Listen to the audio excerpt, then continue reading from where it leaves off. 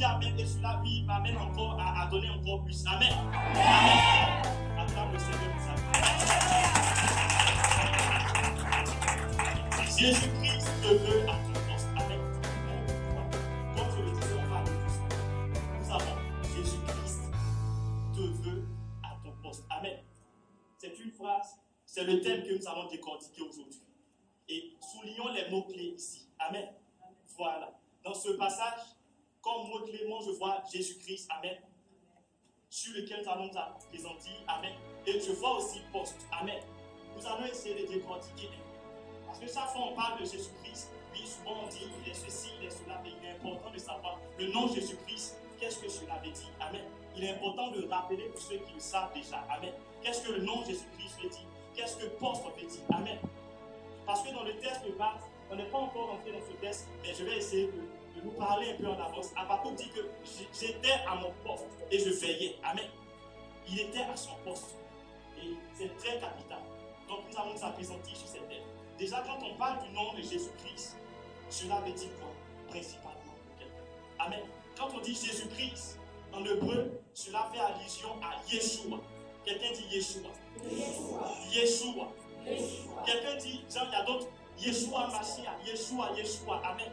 Donc, c'est Jésus-Christ là, son hébreu là, qui veut dire Yeshua. Amen. Et la traduction donne l'éternel est salut. Ça donne encore Yahweh sauve. Et tout cela, quand tu dis le nom de Jésus-Christ, ça renvoie à Dieu sauve. Donc quand tu dis Jésus ou encore Jésus, mets-toi dans ta tête que tu es en train de dire que Dieu sauve. Je suis dans une situation quelconque. Quand je dis Jésus-Christ, le Seigneur vient et il me libère. Je suis en train de traverser les difficultés. Quand je dis Jésus-Christ, le Seigneur vient et il opère. Amen. Donc chaque fois que tu diras le nom Jésus, sache que tu es en train d'appeler le Dieu qui sauve. Amen.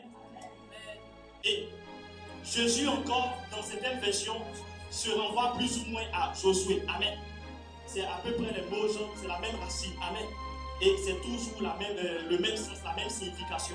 Dieu sauve. Donc vous allez voir dans l'Ancienne Alliance, vous allez voir un Josué, Amen, qui vient et Moïse commence. Le Josué, lui, vient, il prend le peuple et il l'envoie dans une ville. Il l'envoie dans la terre que Dieu avait promis. Un endroit où coule le lait et le miel. Amen. En fait, c'est simplement une prophétie. La parole de Dieu dit que l'Ancien Testament est l'ombre des choses à venir. J'aimerais inviter quelqu'un à être heureux. Parce que là, nous sommes en train de partir doucement. Amen. Arrivé à un certain moment, on ne saura même plus que ça, on est arrivé ici. Amen. Donc, la parole de Dieu nous parle de Josué qui vient et qui prend le peuple de Dieu et qui l'envoie là où coule le lait et le miel. Amen. Donc, il envoie dans un pays que Dieu a juré de donner à Israël. Amen. Donc, c'était prophétique pour dire que oui, ce Josué-là est en train de marquer véritablement la présence ou encore l'arrivée du véritable Jésus qui viendra prendre le peuple de Dieu par son sang et qui va le ramener dans un pays où coule plus que le lait, où coule plus que le miel, dans la nouvelle Jérusalem céleste. Amen. J'ai pris qu'il fallait acclamer le Seigneur. Amen. Tout est ensemble. Oui, de l'élément que tu es en train de toucher, c'est tout un ensemble de points que tu es en train de toucher. Tu es en train de parler de la guérison, tu es en train de parler de la restauration, tu es en train de parler des choses extraordinaires. Amen. Dans le nom de Jésus-Christ, tous les noms de Dieu sont combinés. Dans le nom de Jésus-Christ, le Dieu qui guérit est inclus. Amen. Dans le nom de Jésus-Christ, le Dieu qui restaure est inclus. Donc quand tu dis que tu veux la guérison, tu n'as pas besoin de savoir comment est-ce qu'on dit Dieu qui guérit en hébreu. Amen. Je dis simplement Jésus-Christ est le Dieu qui guérit vient. Amen. Amen. Quand tu dis Elohim, oui, El Shaddai, Alpha, Adonai, toutes ces choses sont combinées dans le nom de Jésus-Christ. Amen. J'ai cru que tu allais l'acclamer ensuite.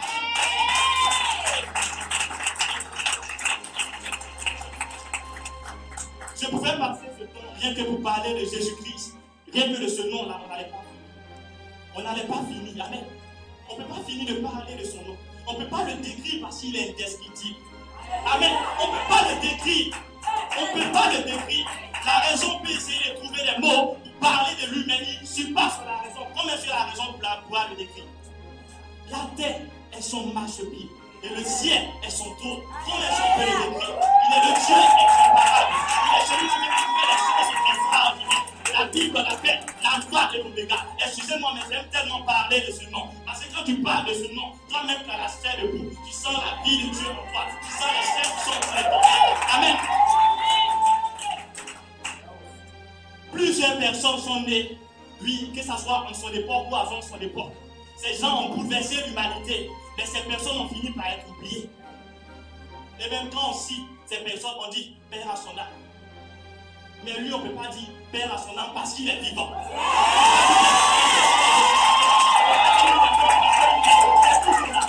Amen. Jésus-Christ est ce nom. Je venais un peu à poste. Amen. Jésus-Christ te veut à ton poste. Dis à quelqu'un. Jésus-Christ te veut à ton poste. Amen. Donc quand on parle de poste, cela renvoie à l'ensemble des missions, que ce soit principale ou secondaire, amen, qui sont affectées à une fonction ou encore oui, à une fonction, à un métier au sein de l'entreprise. Ça, c'est la première définition de force. Souligner mission. Mission.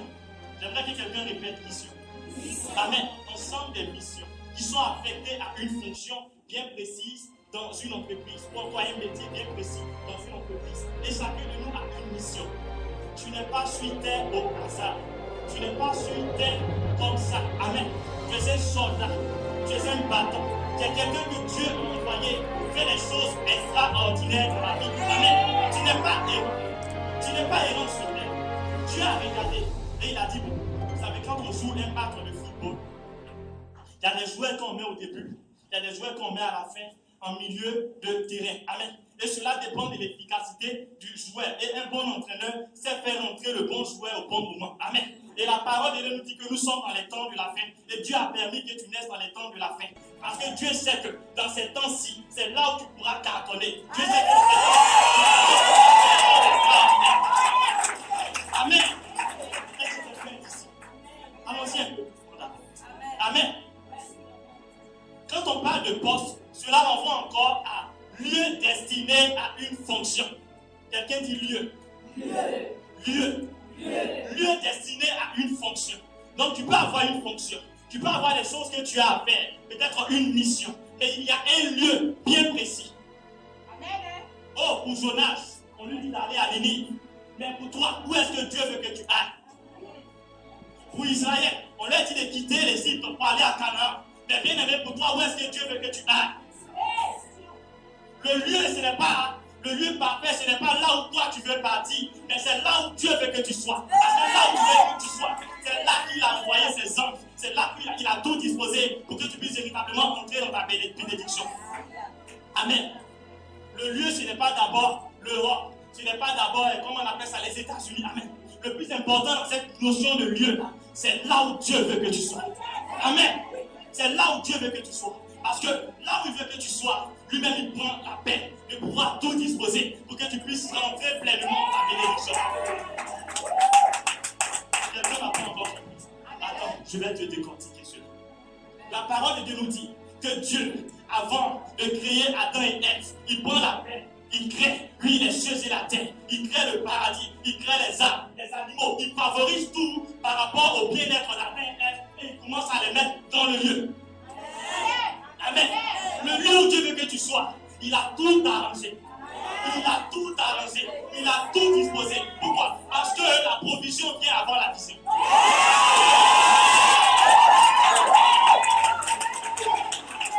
Amen. La provision vient avant la vision. Quand Dieu dit, mon fils, va dans tel endroit, c'est parce qu'il sait que déjà, tout est accompli. Il sait que tout est accompli. J'aimerais amener une personne ici, véritablement, à faire attention à ce que Dieu te dit. S'il te dit, mon fils, ma fille, retourne-toi quelque part au Burkina, retourne-toi quelque part au pays, retourne-toi quelque part en Afghanistan, retourne-toi quelque part, oui, en Irak, retourne-toi quelque part aux États-Unis, retourne-toi quelque part en France. Bien aimé, suis cette parole. Ne dis pas que comme tout le monde est en train de partir de l'autre côté, donc il faudrait que moi aussi j'aille de l'autre côté. Bien aimé, tu n'es pas tout le monde, comment tu es comme tout le monde?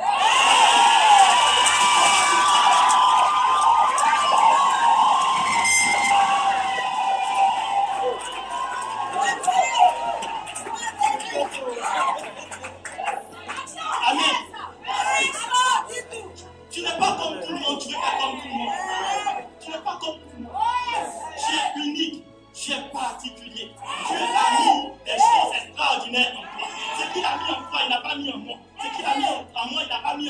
Ce qu'il a mis dans le frère qui est derrière ou encore la soeur qui est derrière, c'est parce qu'il a mis dans la soeur qui est ici ou encore au frère qui est ici. Amen. Tu es unique. Pourquoi tu fais comme tout le monde? C'est pas parce que les autres ont servi dans ce pays-là que c'est difficile, que pour toi aussi sera difficile. Amen. Ce n'est pas parce que c'est difficile pour les autres, oui, en Égypte, que pour toi ça sera difficile. Amen. Ce n'est pas parce que c'est difficile pour eux que pour toi ça sera difficile. Il y a des gens quand ils vont en prison là, c'est compliqué pour eux, c'est difficile pour eux. Amen. Mais quand tu es avec toi, même dans la prison, on te confie des choses extraordinaires. C'est à savoir où est-ce que Dieu veut te dire. C'est très important. Parce que la parole de Dieu nous dit, ce ne sont pas tous ceux qui diront Seigneur, Seigneur, qui entreront dans le royaume des cieux. Amen. Et c'est seulement celui-là qui va faire la volonté de mon Père qui est dans les cieux. Seulement celui-là. C'est une affaire individuelle. Non, ce n'est pas parce que mon père a dit il faudrait que j'aille ici que je vais partir ici. Ce n'est pas parce que ma mère a dit mon époux, mon épouse ou encore mes enfants ont dit Amen. C'est parce que Dieu a dit Amen. Bien aimés, nous sommes dans une logique où c'est ce que Dieu dit que nous prenons en considération. Nous écoutons les gens quand ils nous demandent de faire ce que Dieu dit. Mais une fois que les gens commencent à nous dire ce que Dieu ne dit pas, bien aimé, je te respecte, mais voici ce que Dieu a dit. Amen.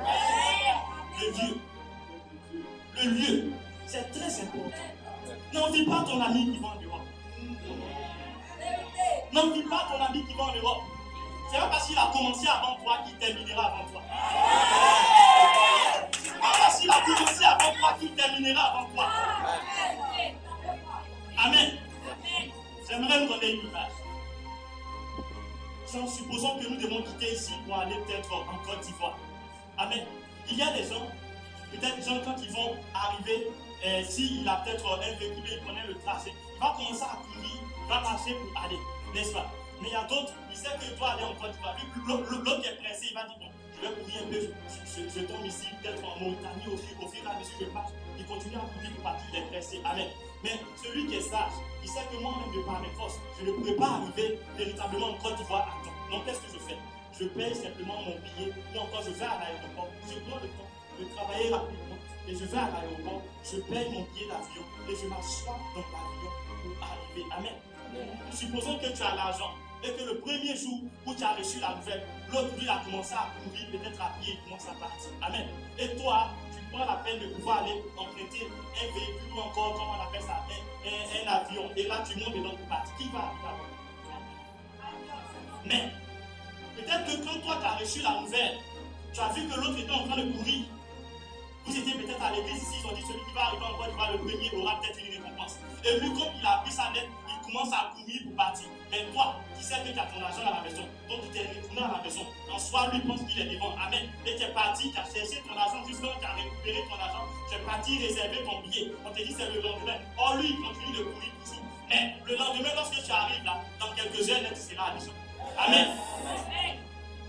Ne cherche pas à prendre les ailes pour toucher le sol. Tu es fidèle. S'il te dit, fais quelque chose, il sait que ça va te réussir. Il sait comment il va faire pour que tu puisses véritablement vivre. S'il t'a montré que tes ailes vont se lever au milieu de tous les ailes de tes frères et de sœurs, lui-même il sait comment il fera pour que tu ailles en Égypte de Potiphar. Il sait comment est-ce qu'il fera pour que tu sortes de Potiphar. Il sait comment est-ce qu'il fera pour que tu entres en prison. Il sait comment est-ce que tu feras pour que tu puisses passer les saisons du temps. Il sait comment est-ce qu'il fera pour que tu puisses sortir de là-bas et rentrer ce pharaon. Il sait comment est-ce qu'il fera. Amen. Quand il t'a montré une chose, accroche-toi à cela. Accroche-toi à cela. Accroche-toi à cela. Nous sommes encore dans l'introduction. Amen. Donne une acclamation à Jésus-Christ.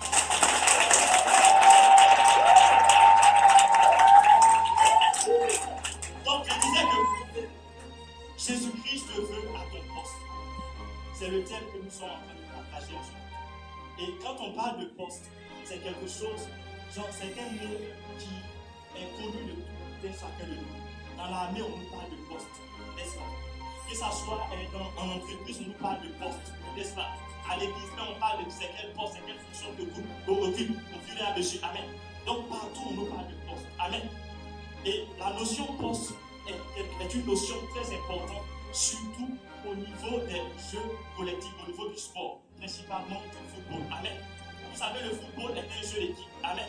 Et dans les jeux d'équipe, il est important que chacun soit à son poste pour qu'il y ait un bon résultat. Amen.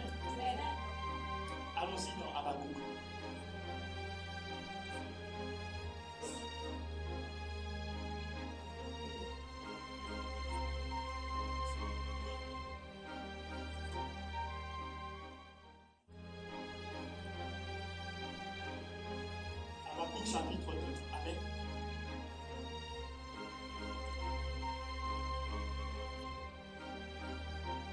Habakkuk chapitre 2 à partir du 1er verset. Amen.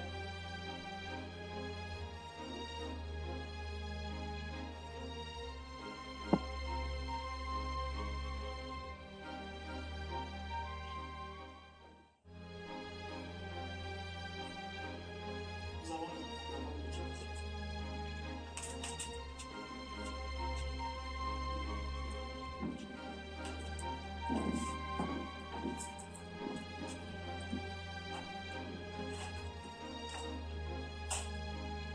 Habakkuk chapitre 2 à partir du verset 1. Amen. Je lis. J'étais à mon poste et je me tenais sur la tour. Je veillais pour voir ce que l'Éternel me dirait et ce que je répliquerai après ma plainte. L'Éternel m'adressa la parole et il dit, écris la prophétie, grave-la sur les tables afin qu'on la lise couramment, car c'est une prophétie dont le temps est déjà fixé. Elle marche vers son terme et elle ne mentira pas. Si elle date, attends-la, car elle s'accomplira certainement. Amen. Nous allons lire encore un autre passage. Amen. Nous sommes dans Ecclésiaste, le chapitre 10, verset 7. Ecclésiaste, chapitre 10, verset 7.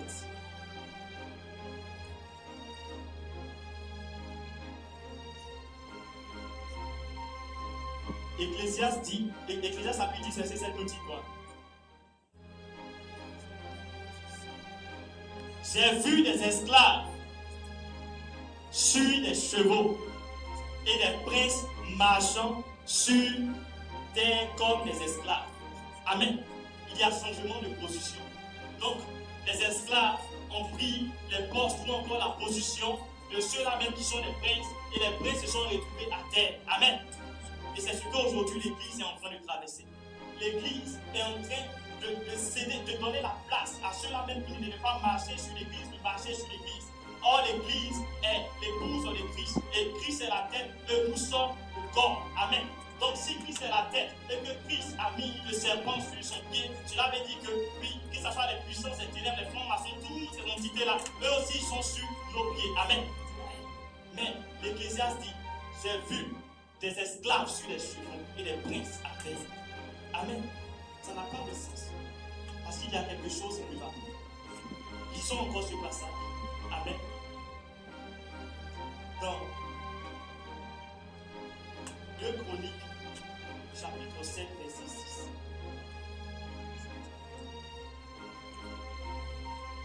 2 Chroniques 7, verset 6. Celui qui trouve.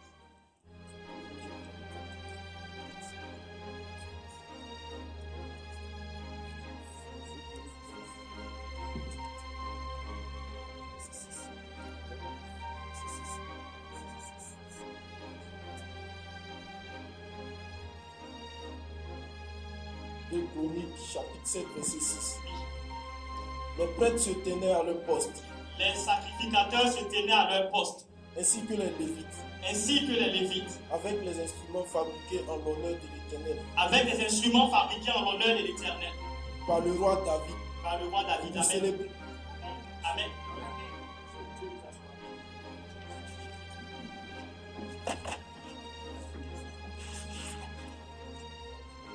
Donc, je le disais tantôt que cette histoire de poste, c'est une histoire qui est abordée, ou encore ce mot est employé dans plusieurs milieux, dans plusieurs domaines. Amen. Que ce soit dans le corps du Christ, que ce soit dans le peuple de Dieu, dans une entreprise, on parle de poste. Amen. Et aujourd'hui, nous allons parler de poste. C'est ce dont nous sommes en train de parler.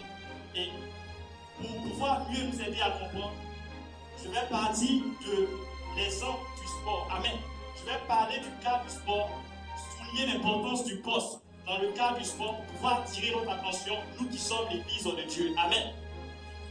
Et vous savez, comme je le disais tantôt, que dans cette histoire de jeu collectif, surtout au niveau du football, le poste est important. Chacun a un rôle. Quand nous allons partir au niveau du football, il y a des défenseurs, il y a des attaquants. C'est tous ceux-là, quand ils se réunissent, ils nous permettent de pouvoir assister à un beau match. Quand il y a une victoire, ce n'est pas parce qu'il y a un qui s'est joué des solos. Amen. C'est parce qu'il y a eu comment on appelle ça, soutien. Amen. Il y a un soutien. Il y a le défenseur qui a défendu. Il y a le gardien qui était à son poste. Il y a, comment on appelle ça, l'attaquant, les liés. Amen. Et j'en passe. Donc, dans l'armée aussi, cette notion de poste est très importante. Amen.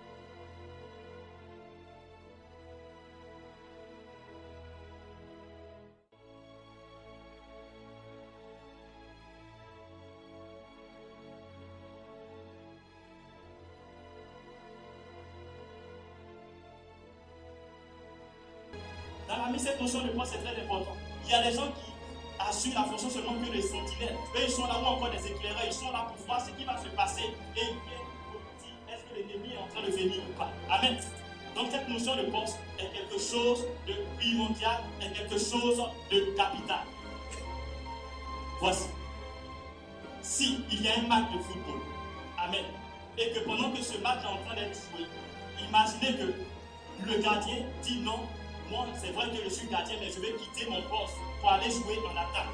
Et l'attaquant dit non, que moi, je vais quitter mon poste pour aller jouer au poteau. Qu'est-ce qui va se passer? Amen. Non, celui qui a la réponse, il peut donner. Qu'est-ce qui va se passer? Amen. Il y aura un désordre. Amen. Il y aura un déséquilibre et l'équipe risque de perdre. Amen. Imaginez aussi dans une assemblée. Amen. Celui qui vient pour apprendre là, lui, il estime qu'il connaît mieux que celui-là même que Dieu a établi pour pouvoir nous instruire, pour nous former. Amen. Et toi, tu veux prendre la place de la personne que Dieu a établie sur toi. Amen. Qu'est-ce qui va se passer? Un désordre, il y aura des équilibres. Amen. Dans la maison de Dieu, chacun a son poste, chacun a sa place. Et tu es important, chacun est important. Mais respecte la grâce de Dieu sur la vie de chacun. Amen. Respecte la grâce de Dieu sur la vie de chacun. Amen. Imaginez que pendant que le match est en train d'être joué, le défenseur toujours, il se dit parce que l'attaquant a marqué. Donc moi aussi, c'est vrai, je quitte la défense, je ne veux plus assurer la défense, je vais aller marquer. Qu'est-ce qui va se passer? Il y aura un trou dans la défense. S'il est dans l'axe, c'est dangereux. Mais s'il est aussi sur les côtés, aussi, c'est dangereux. Amen. Quand le ballon va venir, comment est-ce qu'ils vont faire? Qui est-ce qui va défendre? Amen. Imaginons que celui-là qui intercède, que Dieu a mis de pouvoir intercéder tout cela, il dit non, bon, vu que telle personne est en train de chanter, que les choses sont en train, Dieu est en train de se glorifier, donc à partir d'aujourd'hui, moi aussi, je laisse cette histoire d'intercession, tout ça là, bon, je vais me consacrer seulement au chant. Amen. Amen. Ou bien que mon frère, ma soeur a chanté, la gloire de Dieu est en train de déborder. Donc, à partir d'aujourd'hui, si il y a la louange, c'est moi qui dois conduire, c'est moi qui dois conduire. Qu'est-ce qui va se passer? Déséquilibre. Amen. Or, le bonheur se trouve dans l'équilibre. Le bonheur se trouve dans l'équilibre. Amen. Lorsque vous entrez dans un restaurant et que vous commandez un plat, le serveur vient et vous apporte le menu que vous avez demandé ou encore le plat que vous avez demandé. Amen. Est-ce que cela veut dire que c'est pourtant que c'est le serveur qui a fait le plat? Non. En bas, il y a eu des cuisiniers. En bas, il y a des gens qui ont lavé les assiettes. En bas, il y a des gens qui ont essuyé. En bas, il y a des gens qui ont préparé. En bas, il y a des gens qui ont fait des mélanges pour que le plat puisse se trouver devant toi. Ainsi, celui qui a servi ne peut pas dire non que ça montre sur la gloire. Ainsi, celui-là même qui a préparé ne peut pas dire que ça montre sur la gloire. Amen. Mais c'est une affaire d'équipe. Amen. Quelqu'un dit c'est une affaire d'équipe. Amen. Et si tu es ici en ce matin, si tu es ici, donne une acclamation à Jésus.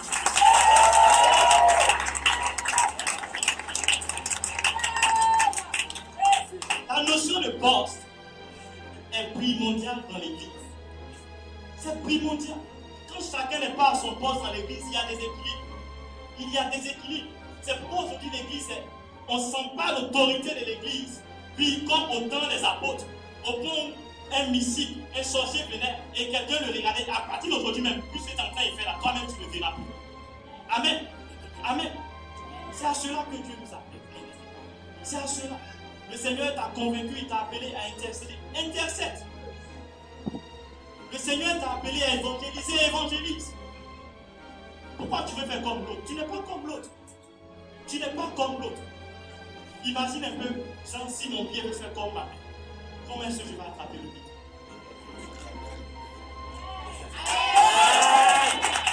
Amen. Si mon pied, si mes pieds veulent faire comme mes mains, comment est-ce que je vais attraper le pied? Amen. Si la tête veut faire comme le ventre. Amen. L'œil aussi veut faire comme on appelle ça, nos doigts. Et s'il y a mariage, ils vont les battre là ici.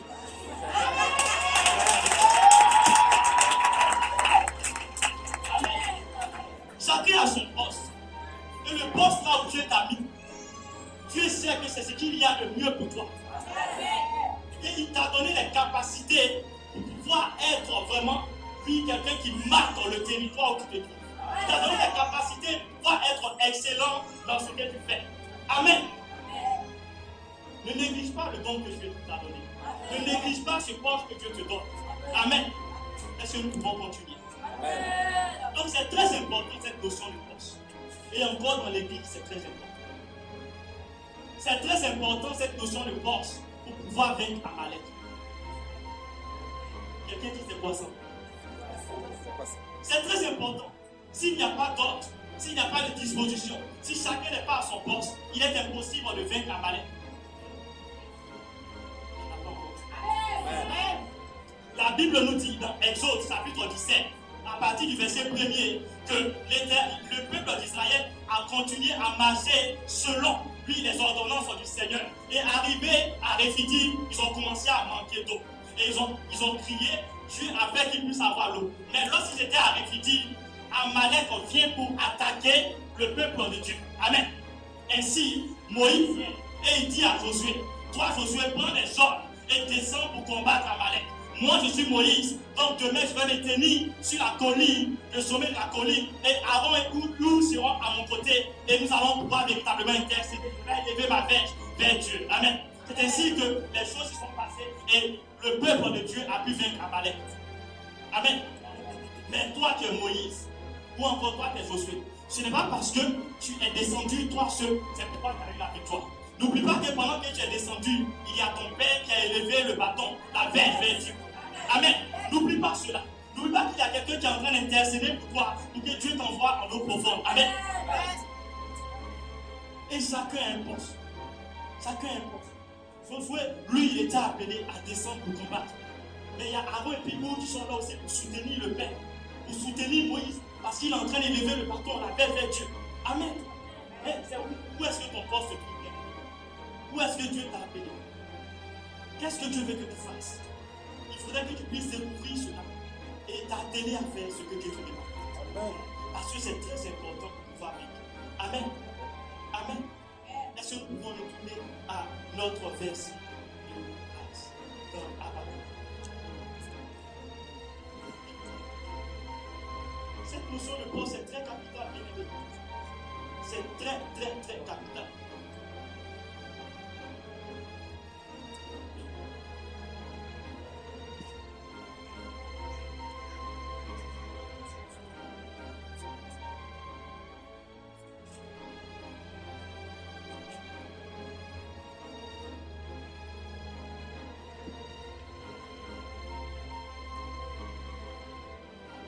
Habakkuk, le chapitre 2, toujours, il faut lire.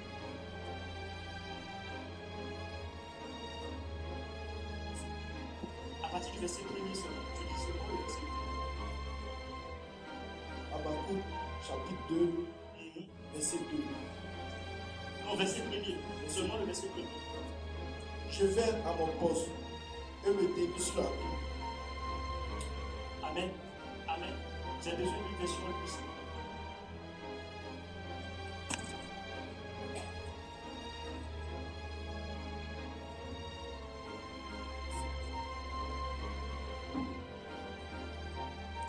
Si. Oui. Voilà.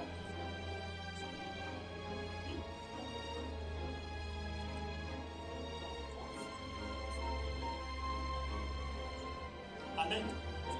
Amen. Continue.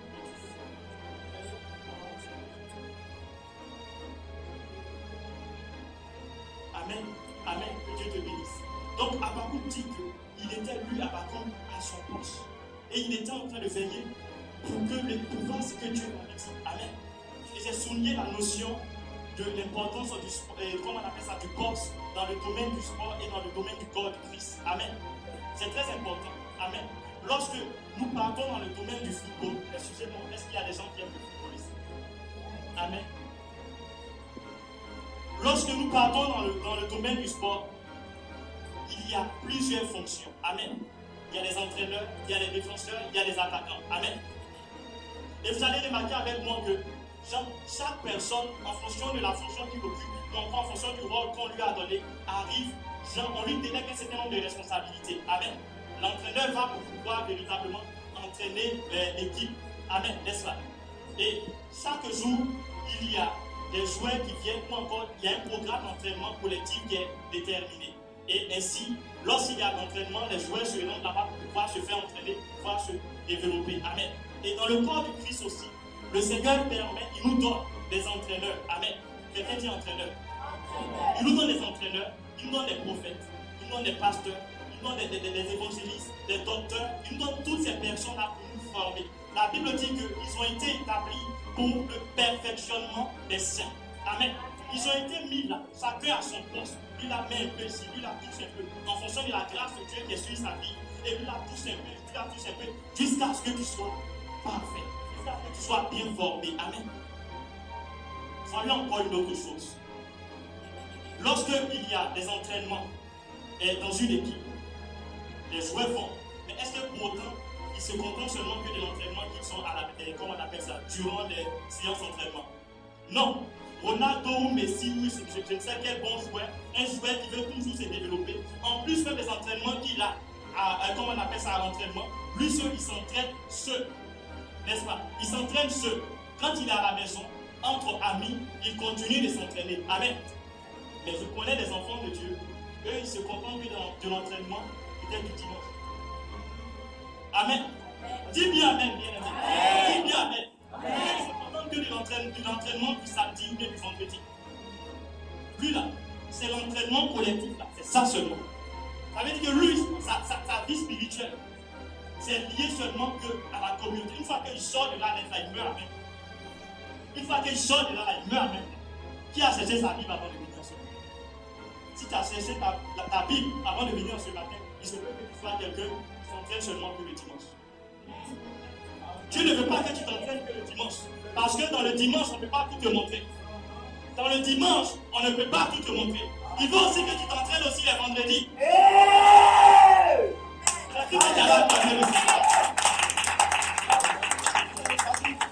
Dans le dimanche, on ne peut pas tout te montrer.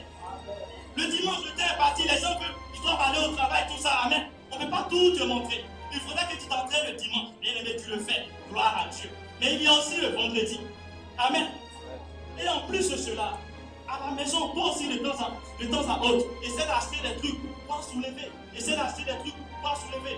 C'est ça que les joueurs là, ils ont des instruments de sport à la maison, mais ils commencent à courir. À la maison, mais ils commencent à s'entraîner. Pourquoi? Parce qu'il sait que réellement, il en a besoin. Amen. Il doit être au top des tops. S'il veut se contenter seulement de ce qui se fait ici, là, il ne pourra pas tout avoir. Mais quand toi-même à la maison, tu commences à méditer, tu commences à prier, tu commences à jeûner, il y a des choses que tu ne comprends pas, tu viens voir papa, tu viens voir maman, il commence à t'expliquer. Là, tu grandis. Amen. Amen. Dis bien amen, bien aimé. Ne sois pas quelqu'un qui s'entraîne seulement quand il y a le groupe. Mais toi seul, dans l'intimité, entraîne-toi. Et là, j'aimerais parler encore du sport. Amen.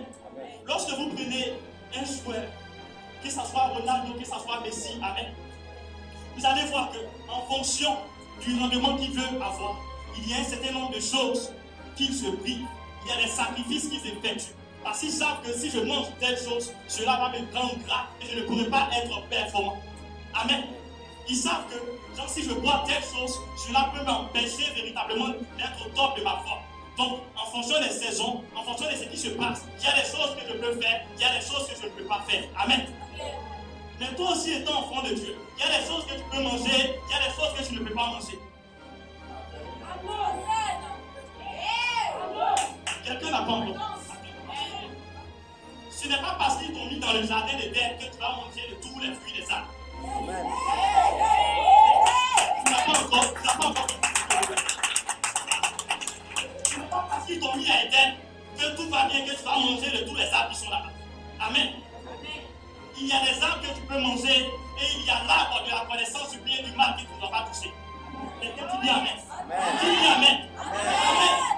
Parce que le jour où tu vas toucher, le jour où tu touches, tu quittes la présence de Dieu. Le jour où tu touches, ton rendement commence à baisser. Le jour où tu touches, les choses commencent à véritablement s'écouler sur toi. Et tu vas dire non, Dieu est fidèle. Ou encore Dieu m'a abandonné. Amen. Il t'a mis là, il dit mange de tout. Mais pour ce qui concerne l'arbre de la connaissance du bien et du mal, il ne faudrait pas que tu manges. Amen. Est-ce que quelqu'un entend ce que je suis en train de dire sur il y a des choses qui mangent, il y a des choses qui ne mangent pas. Pourquoi? Parce qu'ils ont un but. Ils ont un but. Bien aimé, quand tu as un but dans la vie, même si c'est compliqué, oh, je vais serrer, je vais rester à mon poste, je vais veiller, même si c'est compliqué, c'est un but. C'est un but. Même si c'est pour boire de l'eau, pour dormir, c'est un but. Même si c'est pour être humilié, je vais rester à ma position, c'est un but. Amen. Même si les gens veulent ne pas me prendre pour bête, c'est un but. Amen. Quel est ton but? Quel est ton but? Il faudrait que tu puisses te sacrifier par rapport à cela. Si tu n'as pas de but, tu vas faire les choses comme ça continue. Si tu n'as pas de but, tu vas faire comme ça. Amen. Mais quand tu as un but, tu te sacrifies. Même quand les choses commencent à être compliquées, tu restes, tu as ton poste. Amen. Acclame le Seigneur.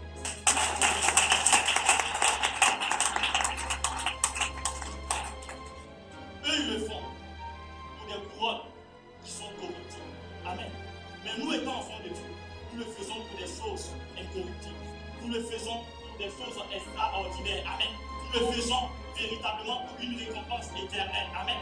La parole de Dieu nous dit que, oui, lorsque le Seigneur va venir, sa rétribution sera avec lui et il va donner à chacun selon ses œuvres. Amen. Il va donner à chacun. Pendant que tu es en train de s'aimer, pendant que tu es en train de te sacrifier, pendant que tu es en train de véritablement soutenir l'œuvre de Dieu, tu as un but. Tu as un but. Tu sais que le but final, c'est pour que les âmes passent. Le but final, c'est pour que les gens se donnent à Christ. Le but final, c'est pour que véritablement la gloire de Dieu soit manifestée. Et comment est-ce que Dieu va comprendre? Amen. Est-ce que nous pouvons revenir à ton poste? Amen. Dis à quelqu'un, reviens. Reviens à ton poste. Reviens à ton poste. Amen. Donc, je suis dans Habakkuk. Amen. Le frère David.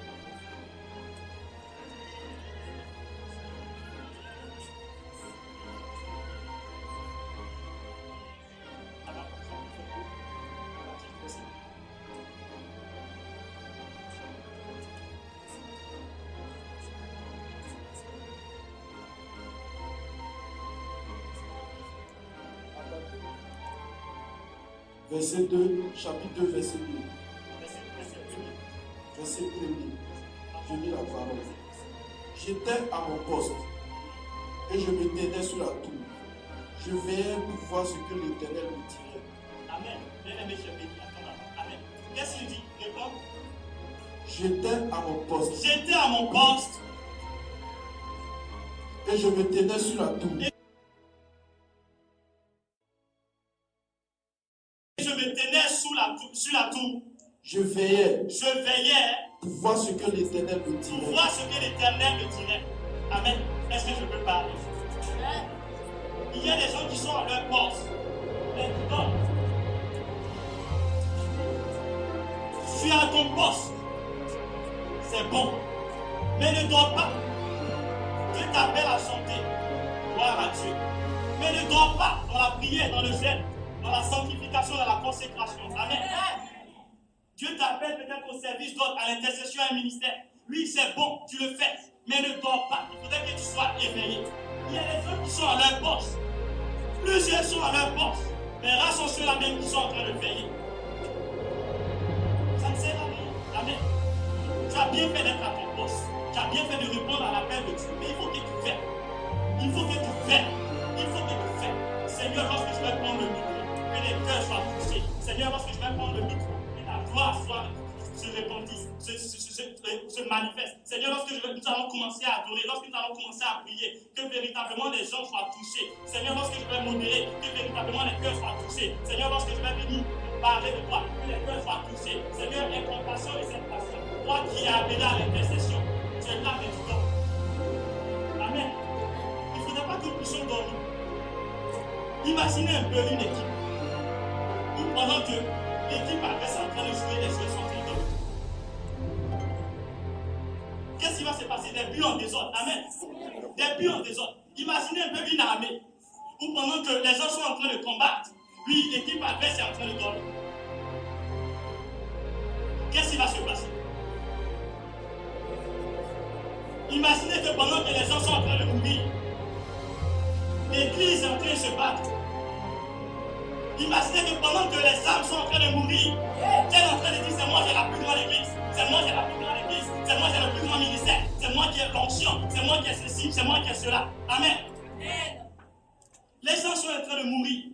Le monde a besoin d'entendre l'évangile. Le monde a besoin de la révélation des fils de Dieu. C'est ce que la terre attend. C'est ce que la création attend. La création n'attend pas des enfants. La création n'attend pas des gens qui se disputent. Mais la création attend, avec elle attend des filles, la révélation des fils. Amen. Qu'est-ce que la création attend? Nous sommes en guerre. Et pendant que l'ennemi est en train de tirer, nous sommes en train de nous battre ici. Nous sommes en guerre. Pendant que l'ennemi est en train de combattre, nous aussi nous sommes là, nous combattons. Non, toi tu es de Dieu. Toi tu n'es pas de Dieu. C'est moi, je suis plus fort que toi. Non, toi, quand les gens sont en train de...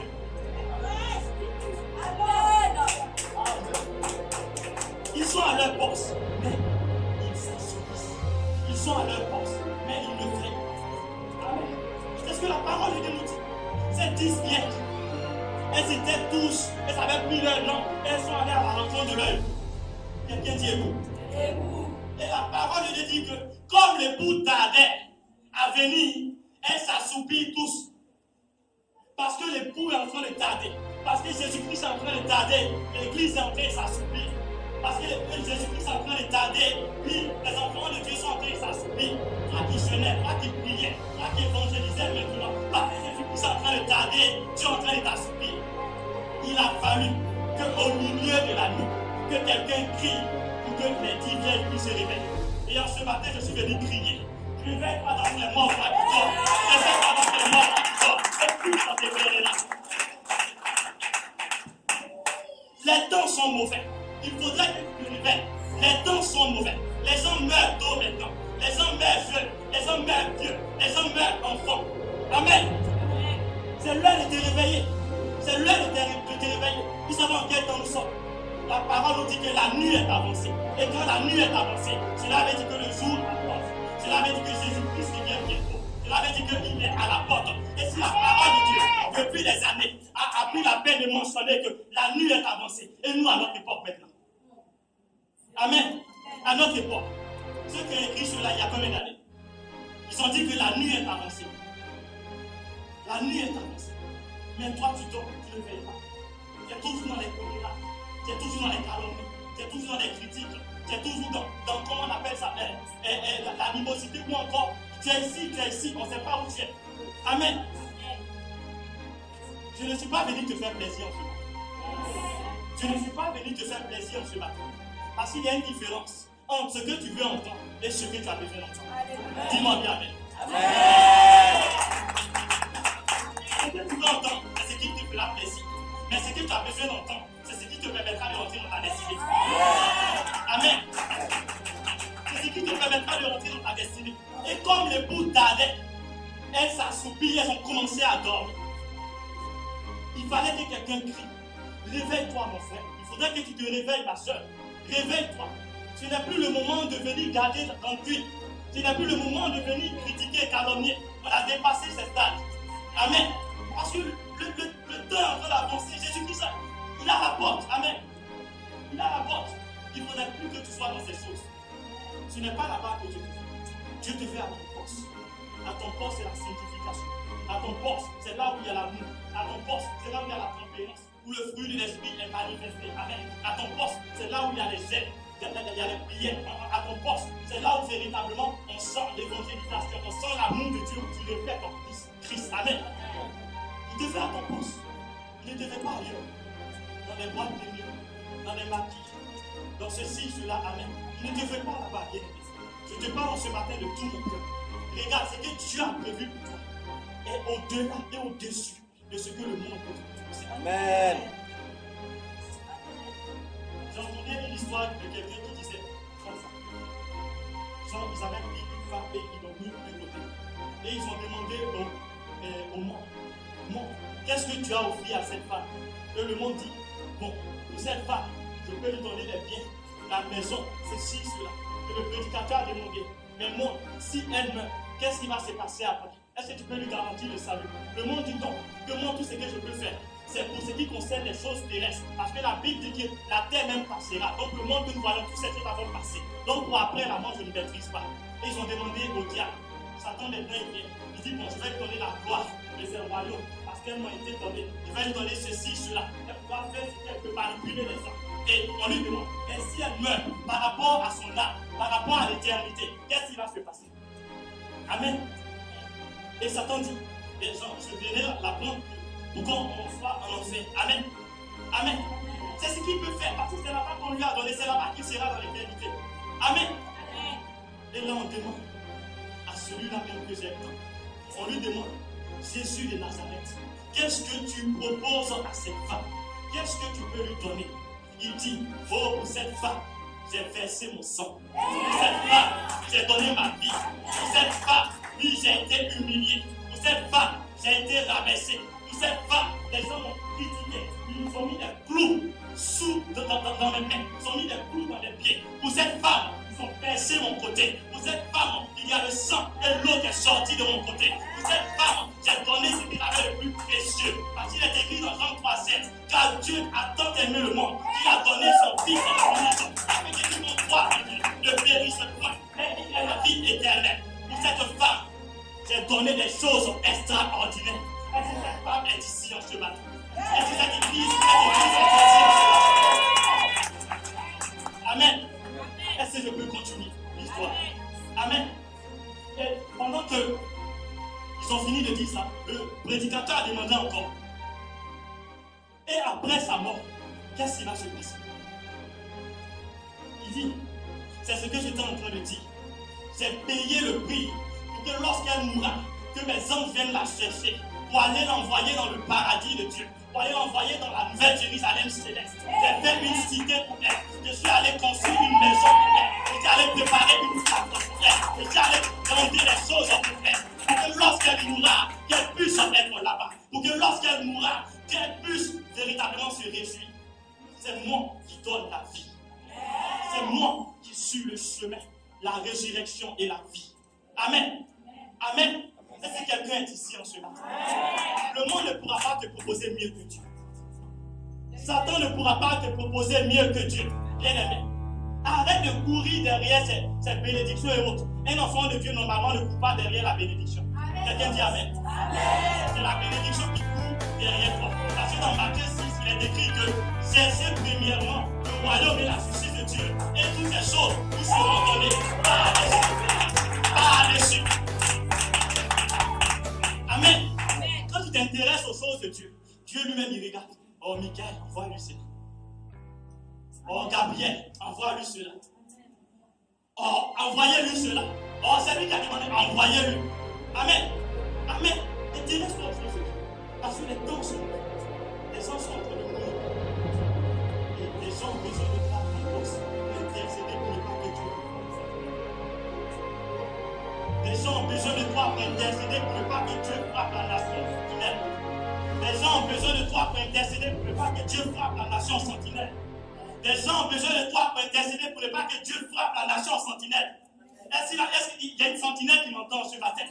Est-ce qu'il y a une sentinelle qui m'entend ce matin? Est-ce qu'il y a une sentinelle qui m'entend ce matin? Les gens ont besoin de toi pour intercéder pour ne pas que Dieu frappe la nation. C'était à mon poste, je fais. J'étais à mon poste, c'est bien. Et je reste pas seulement à mon poste, je fais.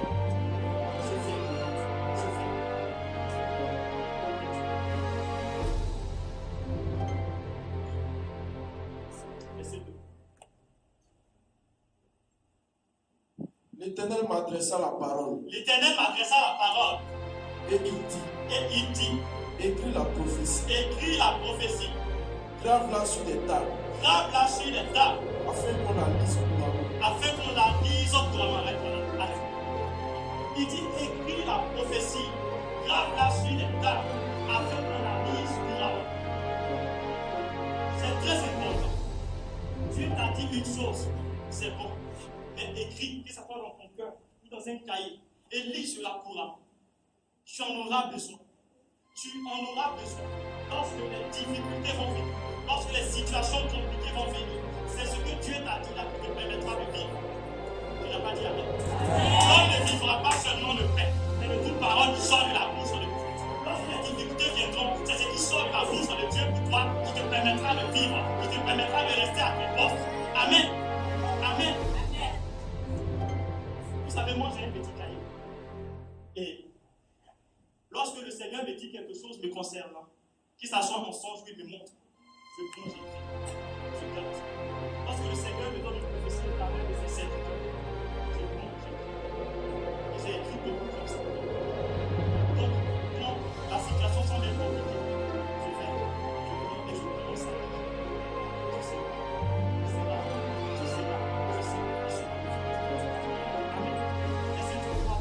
Ce que tu as écrit dans ton cahier, est-ce que tu crois que ce que tu as écrit dans ton cœur, est-ce que tu crois que ce que Dieu t'a dit finira par s'accomplir? Amen. Amen. Et avec le temps, je finis. Ça c'est ah, Seigneur qui a dit ça, c'est dans ta parole, Seigneur qui a dit ça, ce n'est pas moi, puisque tu as dit sur ta parole. Amen. Sur ta parole, je t'ai confiant. Il faudrait que tu puisses arriver à rappeler à Dieu tout ce qu'il te promet. Que ce soit dans la méditation de la parole, il y a des choses que tu découvres. Jésus-Christ était sorti, lui, du désert.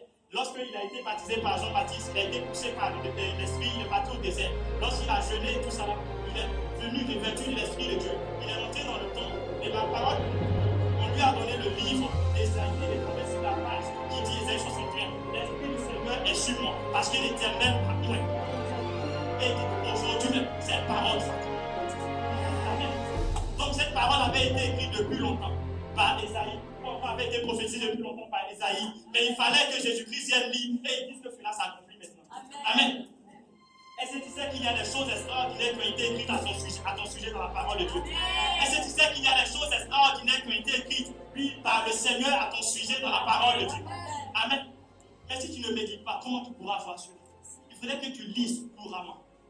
Couramment. Médite le jour et nuit. Dans le jour, c'est là où tu vas bien. C'est là où il y a le travail, il y a les enfants, il y a ceci, cela. Médite-le. Dans la nuit, c'est là où les choses semblent être compliquées. C'est là où tu te retrouves en prison. C'est là où la femme de Potiphar t'accuse. C'est là où les chansons même oublient. C'est là où les gens même commencent à se moquer de toi. Tu dis si tu es le Christ, prophétise qui t'a tapé. C'est là où les gens commencent à te rabaisser. Amen. Mais il y a un temps de choses. Il y a un temps de choses. Médite-le. Parce que cela va nourrir ta foi. Cela va nourrir ta communion avec Dieu. Cela va te permettre de pouvoir être véritablement fortifié dans la foi. Pourquoi? Parce que la foi vient de ce qu'on entend. Et ce qu'on entend dans la parole de Dieu. Amen. Est-ce que nous pouvons continuer? Amen. Amen.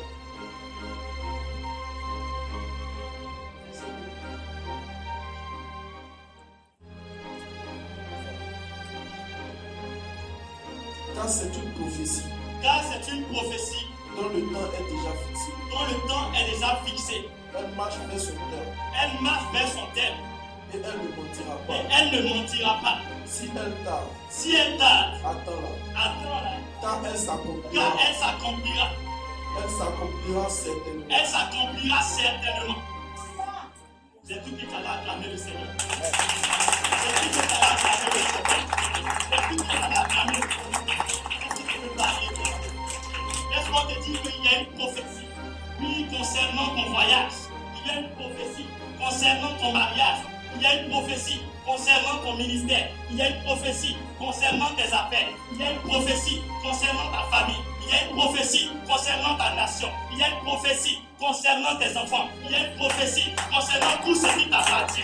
C'est une prophétie dont le temps est fixé. Les choses ont été déjà fixées.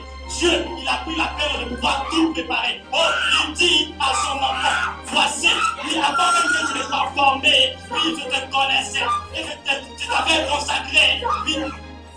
Alléluia. Il dit à son disciple, il dit à son enfant, il dit à son enfant, oh Jérémie, ne crains point, ne crains point, ne crains point, ne crains point, car mon Dieu, je connais les projets que j'ai formés sur vous. Mon Dieu, je connais les projets que j'ai formés sur vous. Ce sont les projets de bonheur et non de malheur. Ce sont les projets de paix et non de douleur. Je connais ces projets que j'ai formés pour vous. Je suis le Dieu qui vous donne un avenir et une excellence. Je suis le Dieu qui vous soutient. Je suis le Dieu qui vous fortifie. Bien-aimé, il y a une prophétie de concernant qui est en train de marcher vers son accomplissement. Il y a une prophétie de concernant qui est en train de marcher vers son accomplissement. Oh, je l'entends. Tu n'entends pas quelqu'un dire Amen. Tu n'entends pas quelqu'un dire Amen. Tu n'entends pas quelqu'un dire Amen.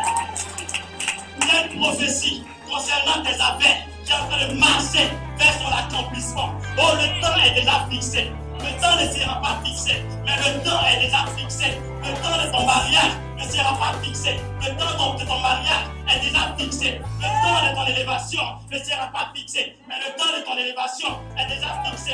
Le temps de ton enfantement est